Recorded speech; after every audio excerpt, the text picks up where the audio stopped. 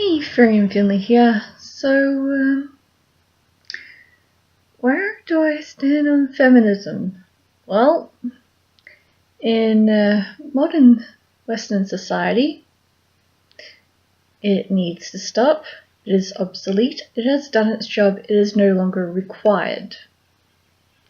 In a lot of other countries, where a lot of atrocities are still happening, it's still needed. So that's where I'm standing. It is still required, just not here. So the only other times you'll hear me talking about feminism on this channel is pretty much just education of what the movement was, what it's all about. And when you look at the dictionary term, it's very clear what it is. And you can tell what something is by what it's not. And everything it was originally supposed to be is no longer what it is. So I might say I'm a feminist, but I'm going by the dictionary definition of I want equality between the two genders. I'm not going by modern's concept of what feminism is in today's standards. That is not a healthy outlook on life. Misandry is not a good thing, and we all know that people running around saying all men should die is not what true feminism is about.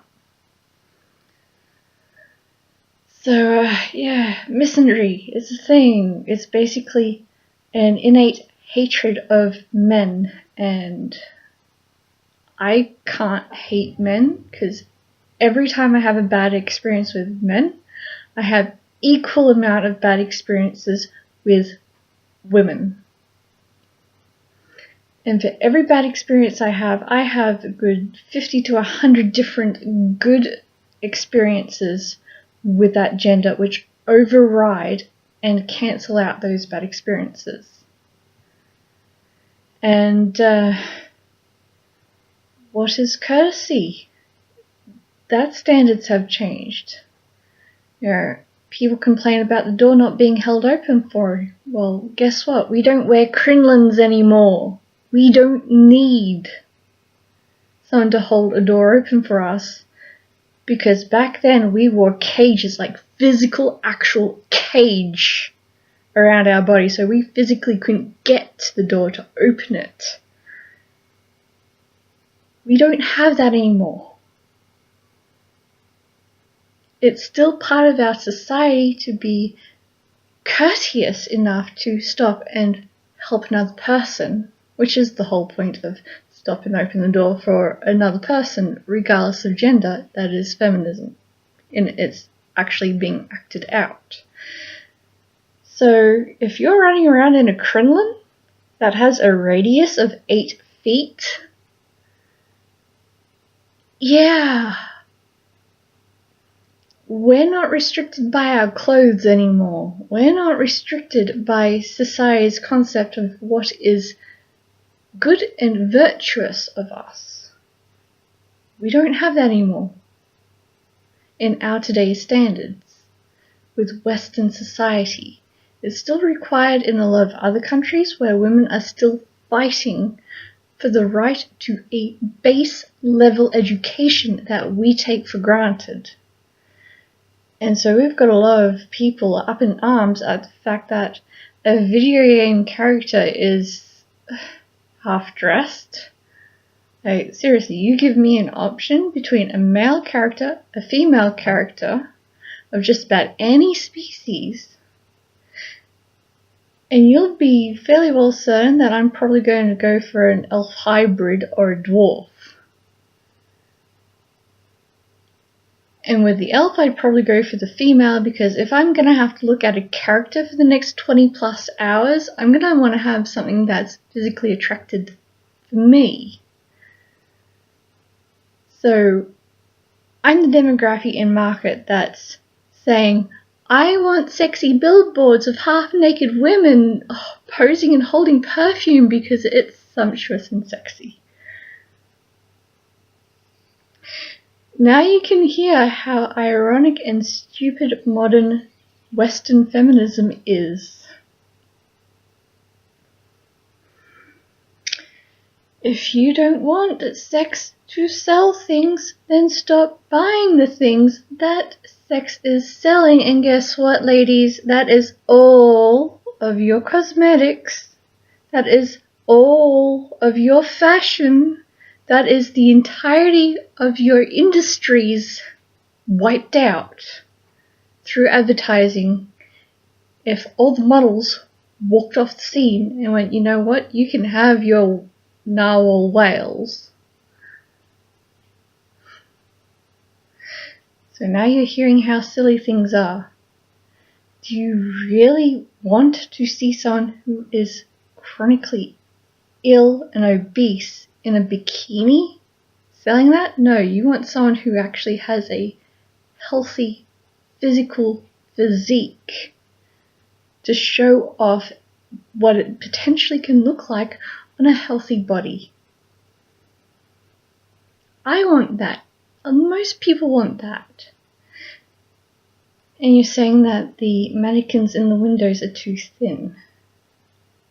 Yeah, no. If I had my own shop, which I will someday, I'm going to have an average mannequin in the window, and that's probably going to be a size 14 to 8. Because guess what? The average size is continuously increasing because we have more access to food and more access to laziness.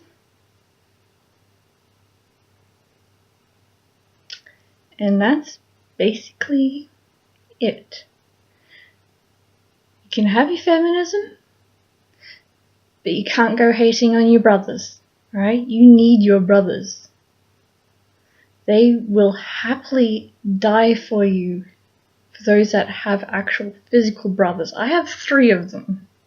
And I have close friends that I class as brothers. You hate on my brothers, I will bitch slap you. More than likely verbally, but physically isn't out of the question, because even Jesus flipped the table, literally, and flogged merchants in a temple, you know.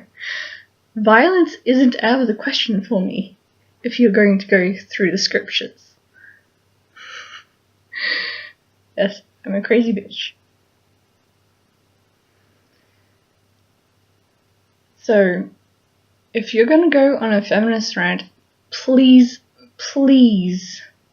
get off your high horse and make it about the countries where they have 200 women kidnapped and imprisoned with only God knows what abuse happening to them because someone didn't agree with something that their country was doing, such as education.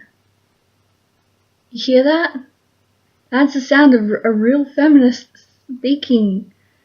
Ooh, let's complain about something that we take for granted every day because we don't like it. No, that's not what feminism is. That's being a privileged, stuck-up bitch who needs to have their privileges checked. How about we talk about Sharia law? That's a legitimate feminist argument right there. And it doesn't just affect the women, it affects the men as well. Because how many cultures do you know where they throw gays off the rooftops hoping they break their neck on the way down? How many countries do you know bury their women up to their waist and then throw stones at them until they die? Because they looked at another man that's not their husband in a sexualized manner. Countries where if a woman gets raped, she's likely to be executed for it. Because they need at least 3 other men in court saying, oh yes, this happened. And how often does that happen? Rarely. You know, if you want to be a voice of feminism, how about all the child brides? Sure, it's a cultural thing, but there are girls out there that are basically being bought and sold. And as I said, that is often a cultural issue. So how do you address that? Not only is it a cultural issue, it's a religious issue, because, these people see it's fine to marry off a 10-year-old to someone who is 48. And then expect them to have children very early on in the relationship, and these kids aren't even sexually developed at that age. Most of them anyway. These are real issues that need to be brought to attention. These are the real issues that need to be brought to the UN. So you can see my stance on feminism right now is, if you're going by the dictionary definition, I have no problem. But if you're going to go by the modern standpoint of what it's become, I'll wash my hands of you here and now. Because I want nothing to do with that. That's just privileged bullshit. Over and out.